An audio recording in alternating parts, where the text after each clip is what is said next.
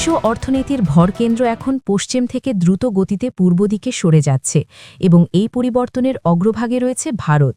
সম্প্রতি আন্তর্জাতিক মুদ্রা তহবিল বা আইএমএফের তথ্যের ভিত্তিতে ওয়ার্ল্ড অফ স্ট্যাটিস্টিক্স যে প্রতিবেদন প্রকাশ করেছে তাতে দেখা যাচ্ছে যে 2026 সালে বিশ্ব অর্থনীতির প্রবৃদ্ধিতে ভারতের অবদান হবে 17%।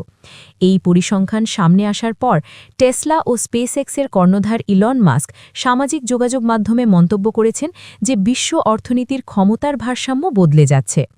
ইলন মাস্কের এই পর্যবেক্ষণ মূলত এশীয় অঞ্চলের ক্রমবর্ধমান আধিপত্যকে নির্দেশ করে, যেখানে চীন ও ভারত যৌথভাবে বিশ্ব অর্থনীতির মোট প্রবৃদ্ধির প্রায় 43.6% নিয়ন্ত্রণ করছে। বর্তমান বিশ্ব পরিস্থিতিতে ভারত এখন বিশ্বের চতুর্থ বৃহত্তম অর্থনীতি হিসেবে নিজেকে প্রতিষ্ঠিত করেছে এবং জাপানকে পেছনে ফেলে এই অবস্থান দখল করেছে।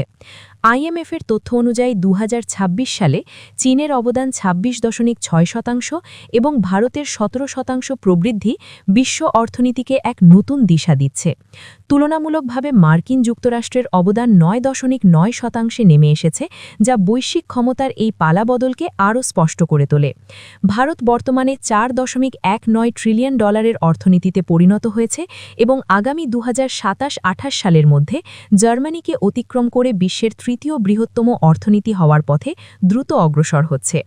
ভারতের এই অভূতপূর্ব অগ্রগতির পেছনে প্রধান শক্তি হিসাবে কাজ করছে শক্তিশালী অভ্যন্তরীণ চাহিদা, অবকাঠামো খাতে ব্যাপক সরকারি বিনিয়োগ এবং উৎপাদনমুখী বিভিন্ন সংস্কার। মুডিজ রেটিংয়ের সাম্প্রতিক পূর্বাভাস অনুযায়ী 2026-27 অর্থবছরে ভারতের জিডিপি বৃদ্ধির হার হবে 6.4%, যার G20 দেশগুলোর মধ্যে সর্বোচ্চ। যদিও সামগ্রিক বিশ্ব অর্থনীতিতে মন্থরতা এবং ভূরাজনৈতিক অস্থিরতা বিরাজ করছে, তবুও ভারতের স্থিতিশীল আর্থিক ব্যবস্থা এবং ডিজিটাল উদ্ভাবন দেশটিকে একটি নিরাপদ বিনিয়োগের গন্তব্য হিসাবে বিশ্বমঞ্চে তুলে ধরেছে।